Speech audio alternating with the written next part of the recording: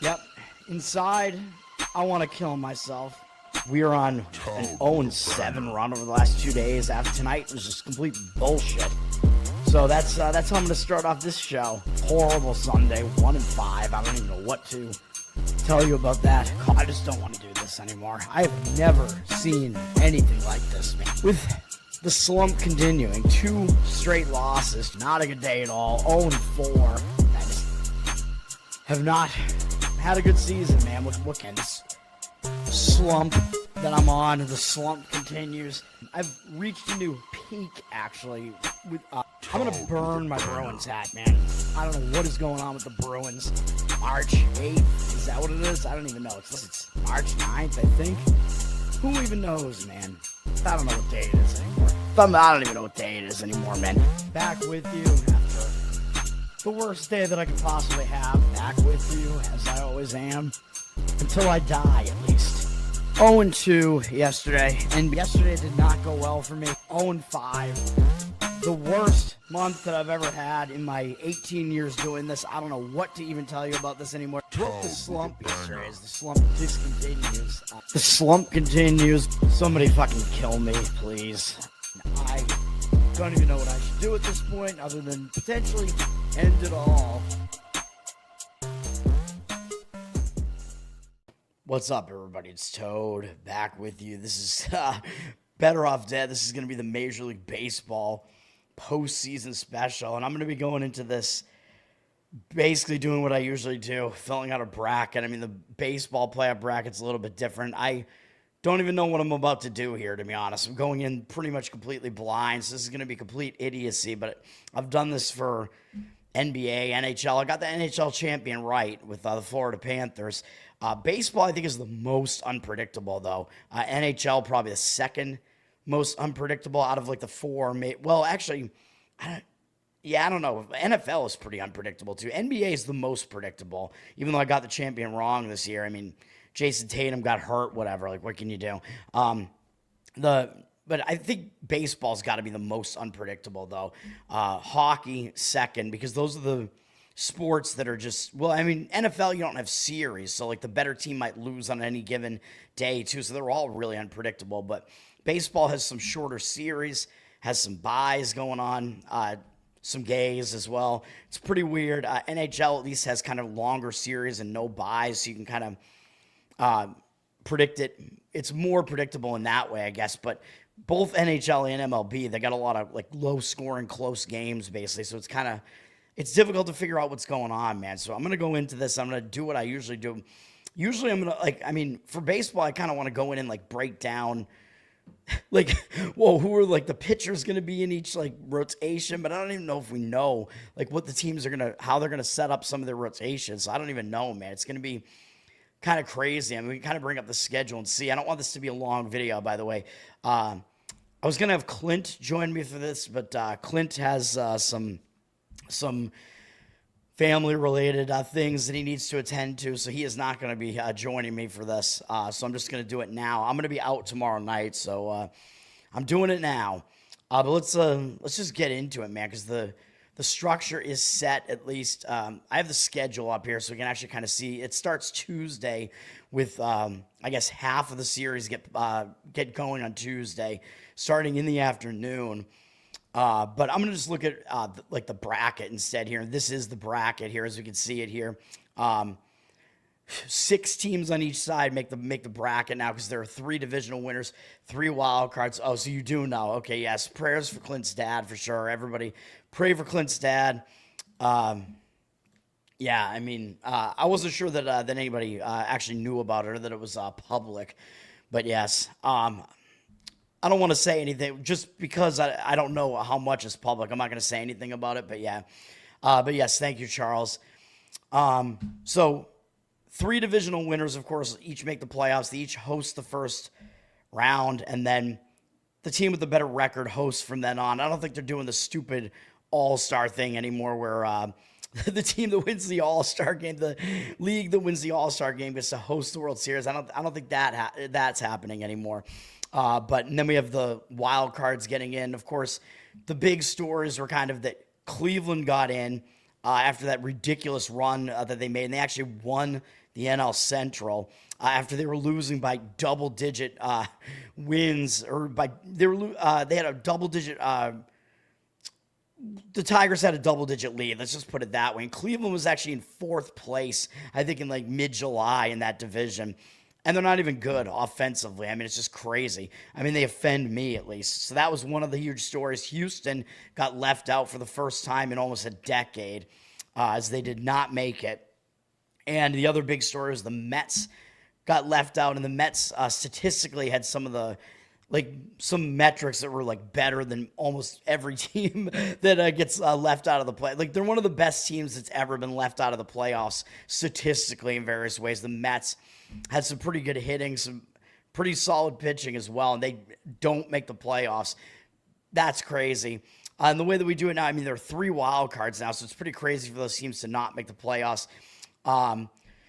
So we can see the structure here. The 1 and the 2 seeds get buys now in each league. So that is going to be the Toronto Blue Jays, the Seattle Mariners, Milwaukee Brewers, and Philadelphia Phillies. So I mean, it doesn't even really matter what, honestly, in baseball, like, you see wild cards basically make a run to the World Series like a lot with this structure. So it doesn't even really matter that much. Teams win on the road a lot in baseball too. Detroit fell apart. Yeah, I wouldn't have been betting that much on Detroit. I don't think when's the last time I gave out a Detroit money line bet on my show? I don't know. The Mets have a ton of money as well because baseball isn't salary capped, right? So you have like the Yankees, the Mets, like these teams pay a ton of money and they're still basically fucked. Anyway, let's dive into this, man. So you know how I do this, right? So I take a look at like who the public are picking here, and I want to like fade that sentiment and go against the grain, right? And look at actually, I didn't bring up my odds converter yet, so let me do that too. Hang on. That. All right. The odds converter here, just to have this up. Anna, what's up? Thanks for hanging out.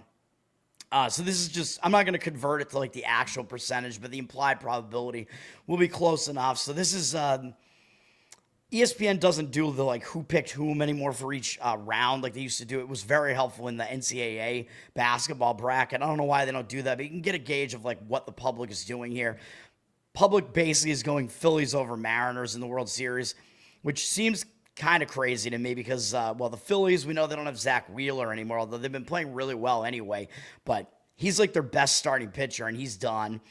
And we do have the Mariners. I mean, just historically, it's kind of weird because I think the Mariners are the only team left in baseball that has never been to a World Series at all. I'm pretty sure. And I think there are a couple of teams in here that I think have never won a World Series, and the Mariners obviously are one of them, but I think there might be a couple other ones too. Because DraftKings actually has a prop on that. A first-time winner, the yes on a team winning their first World Series is plus 205. So it's not just Seattle. It must be Seattle, and I don't know which other teams have never won one before. Milwaukee, maybe? I'm not sure. There might be a couple other teams in there too. I don't know. I'd have to look that up. But I don't want to really take history into account that much, I don't think. And then if we look at what are the percentages here, okay, the Phillies are the most picked champion here at 21.3%. We look at the odds. The Phillies are the odds-on favorite to win, but they're only plus 425, so they're 4.25 to 1. So even without Zach Wheeler, though, that's kind of crazy. The Phillies they have the best odds to win the whole thing. And even though the Brewers are the number 1 seed in the National League, they're only at 8 to 1. So pretty interesting there. Same with the Blue Jays at 8 to 1, even though they're the 1 seed in the American League. So the seeds don't matter that much. Like I said, man, it's kind of crazy. So the Phillies have the best odds. At Seattle actually have the second best odds, and those are the 1 and 2 seeds, I guess. And the Dodgers are actually tied with Seattle. Then the Yankees are behind that. Seattle and Dodgers both at 5 to 1. Yankees at 7 to 1. Pretty crazy, man. And then all these other teams are long shots. My Boston Red Sox, big time long shot at 22 to 1. Don't think we're gonna do that. But anyway, Phillies. Let's take a look at what that's gonna be. So at plus 425, it's gonna be. I was gonna say it's gonna be close. That's a 19% implied probability.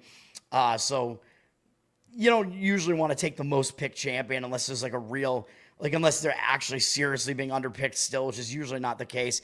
All right, so it's not going to be them. So we'll look at it's going to be the Mariners basically. I mean, you can see here the Mariners are going to be they're picked 13.1% in these brackets here, but they have the second best odds at 500 to 1, same as which is 16.7% implied probability, same as the Dodgers. So the Dodgers at 15%.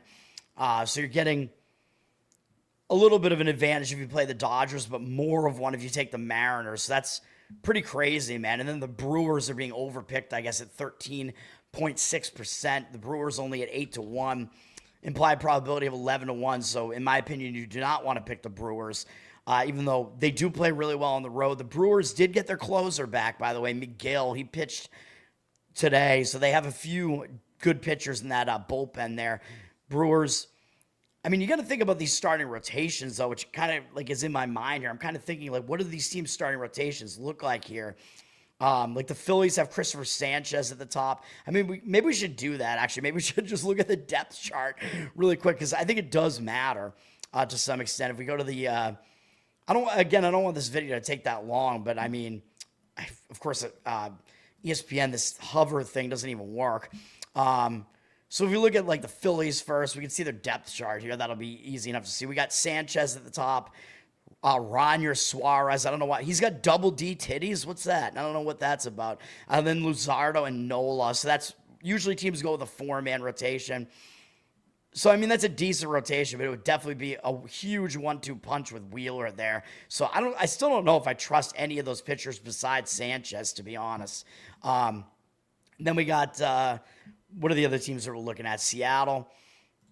I just want to run through these real quick, man. And then we know, like, Phillies have a good offense as well. Seattle, also pretty solid offense. I mean, most of the teams that make the playoffs are going to be pretty much top 10 in offense. Seattle's got Luis Castillo listed as their number 1, Kirby, and then Brian Wu is going to be third in the rotation, even though he might be their best pitcher.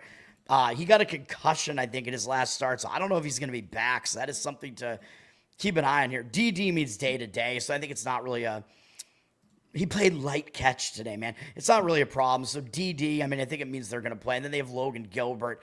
Yeah, so, I mean, that is a pretty good rotation for Seattle, but those guys are all much better at home than on the road.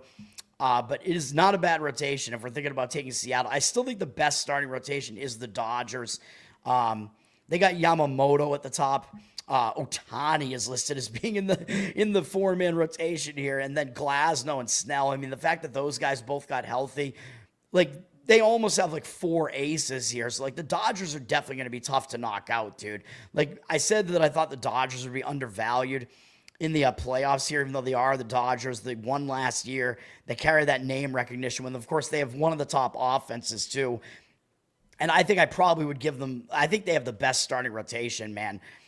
Even though Ohtani not used to pitching in the playoffs, I don't think in a playoff rotation, but like this is pretty good. Yamamoto, I think at least got some experience last year. I think Glasnow and Snell are really actually the 1 and 2. So the fact that they're listed at 3rd and 4th right now is pretty crazy, to be honest. What are the other teams that we're looking at here? We got the Brewers rotation. I don't know what the Brewers are going to do with their rotation. With Peralta, of course, is their number 1. Quintana's on the IL, so I don't think he's coming back. So then, I don't really love it, man. I was thinking that their starting rotation looked like it was going to be good, but where the fuck is Brandon Woodruff? Is he hurt too? So Woodruff was like, he came back, and he's actually been really good in the past. He was pitching well this season. If they're missing Woodruff too, I mean, this is honestly not a good rotation. Peralta's very good, but then Priester... He's been pitching above his pay grade, man. I know they keep winning his games, but I don't know, man. And then you got Chad Patrick and Misiorowski. I know Misiorowski is really talented, but this is a very inexperienced pitching rotation here, man. I don't love it at all. I was thinking that Miz, like, if he came in and was, like, really, like, basically Paul Skeens, and he was out there just dominating, and then, like, Woodruff was in the rotation, and maybe Quintana was, like, the 4th starter. I was thinking that was going to be a pretty good rotation, but it's not looking that good right now to me. What are the other teams we got? I mean, we got the Yankees, of course. I don't think the Yankees rotation is honestly that good. And they got Max Fried at the top. I mean, he's obviously good. Carlos Rodon has good numbers, but he's had some bouts where he hasn't really been that good. Luis Gil walks too many people. And Rodon kind of has done that as well. And then Will Warren, I don't think is particularly great either. So Yankees, they're more of an offensive team for sure. They have one of the top offenses, quite obviously, but their pitching, I think, maybe a bit of a concern. And surprisingly, they're only getting 11% of the picks though here. So there actually might be some value on the Yankees there at 7-1. Like, wait, what is 7-1? What's the implied probability on that? 12.5%. So there is actually ridiculously a little bit of value maybe in taking the Yankees. The rest of the teams, I don't think there's a whole lot of value. Plus their percentage, I mean, their odds are just too low, the rest of the teams. So I don't know that we really care. I don't know if we want to dig into the rest of the rotations, but like Padres have Nick Pivetta as their first starter, I can tell you that. And then Michael King just came back. They got Yu Darvish and I don't know. Who the fuck else do they have? I guess we can look. San Diego here. Let me see real quick. Oh yeah, Dylan Cease. How could I forget? He had kind of a down season this year. That starting rotation is not that bad though, but I think on the road, it's not going to be that good of a starting rotation. At home, it is. But I think San Diego actually probably has a worse pitching home road dichotomy than Seattle does. Chicago, the Cubs might be in trouble because Cade Horton was pitching so well for them, and he's not going to be able to pitch right away. He's on the IL, so he might come back like a series or two into the playoffs if they make it that far, but he's not going to be there right away, so that's a problem. So now they're down to Imanaga, who is pretty good. Matthew Boyd, who I think was really just kind of, I think he's been overworked this season, man, so I don't know if you can really trust him. And then Jameson Taillon's okay. Colin Ray, not really a fan, so I don't love that Cubs rotation really at all. Detroit, of course, we know they have Skubal at the top, so that is obviously a big deal, but then the rest of the rotation, pretty bad. Jack Flaherty, I mean, at least he has experience. Casey Mize, who's just, I talk about how overrated he is. And then they're basically going to go bullpen game for like one of every 4 games of the playoffs, which I know they're used to doing that, but I don't know how much that can carry Detroit. Cleveland, I don't know if we trust their starting rotation that much, man. Tanner Bybee is at the top of the rotation. He had a kind of down year, though. And then they got Gavin Williams, who did have some really good starts, but still kind of tricky, man. Him and then Logan Allen, I don't think is really that great either. Slade Ciccone, talented young pitcher, but not a whole lot of experience here for these Cleveland pitchers, man. And with Bybee having the most experience at the top, I mean, maybe he'll pitch well in the playoffs, but I really don't think you can trust that Cleveland rotation very much either. Cincinnati also made the playoffs. Their rotation, it's interesting. They got Hunter Green at the top. I think he's excellent, but he doesn't have experience, but I think he is really good.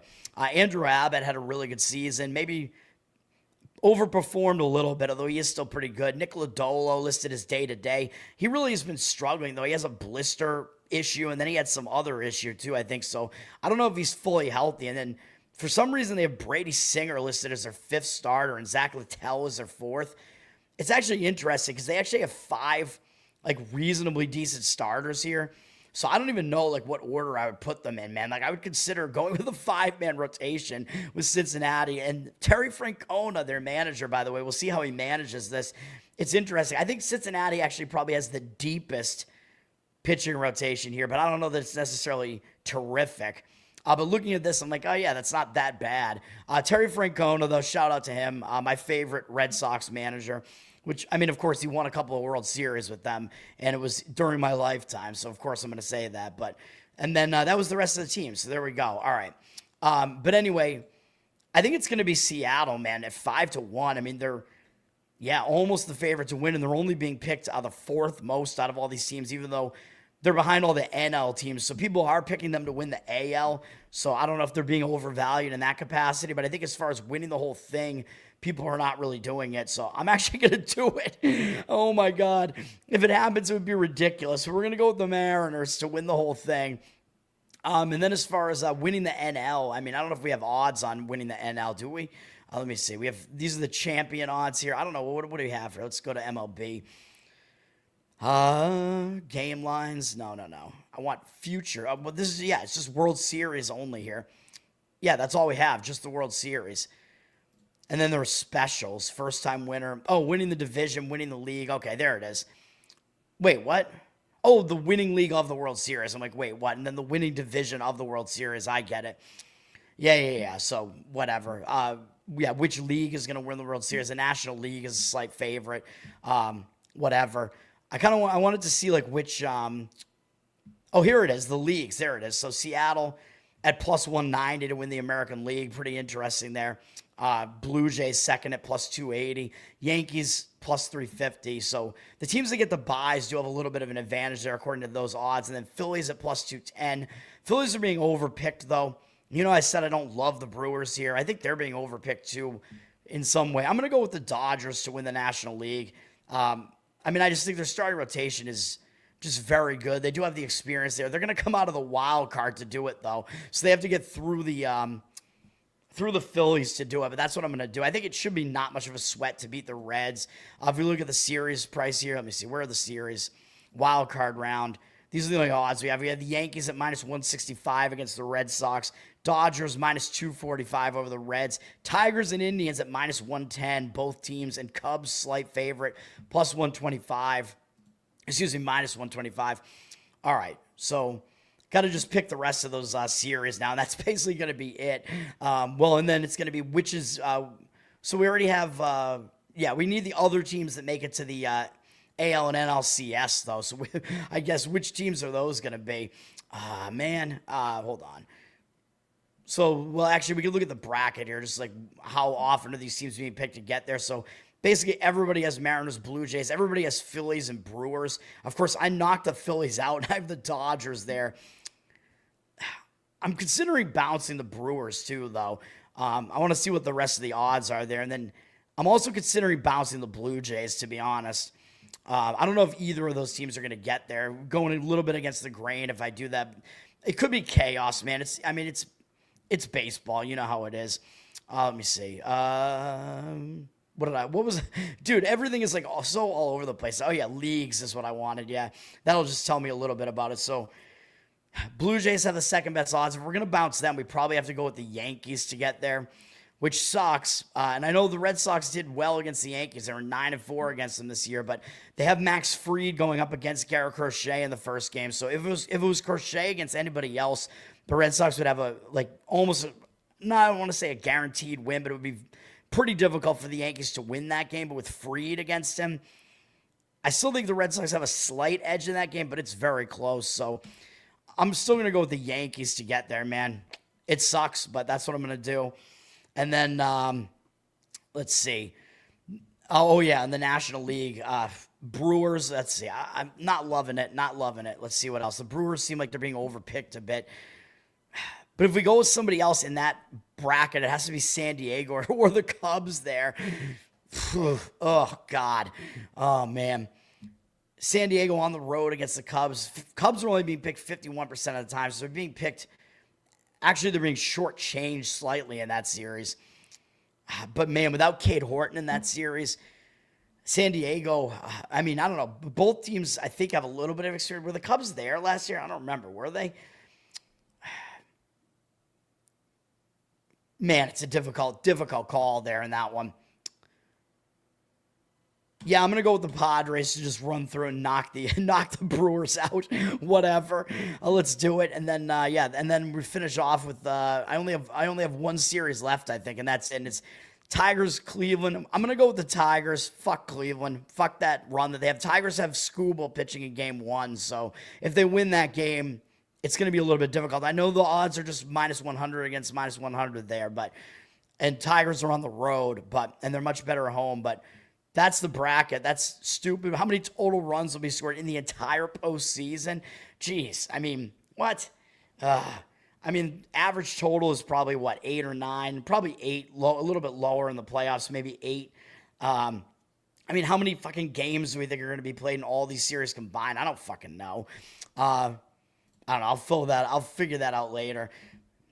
Yeah, my pick to win is the Seattle Mariners. There you go, man. Mariners over Dodgers.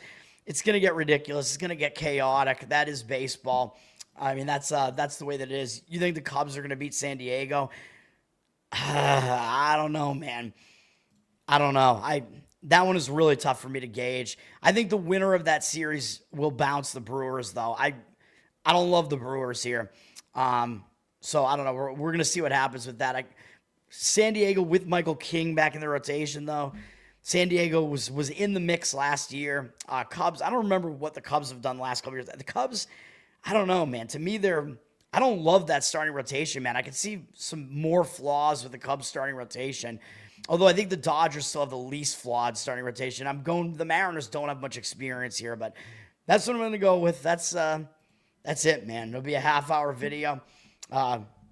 Really pretty much stupid, but that's how I'm going to do it. I'm just going against what people think, basically. But I wish we kind of had the sort of more of the like who picked whom into each round, just so I could really figure out like what the odds were for each one.